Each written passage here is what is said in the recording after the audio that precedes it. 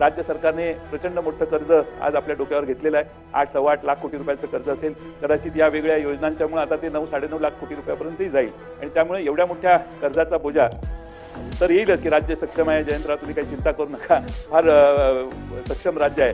पण आम्हाला एवढी चिंता आहे की आपण हे पैसे देताना आपल्या विकास कामावरचा पैसा हा व्याजासाठी आणि परतफेडीसाठी जास्त जाऊ नये.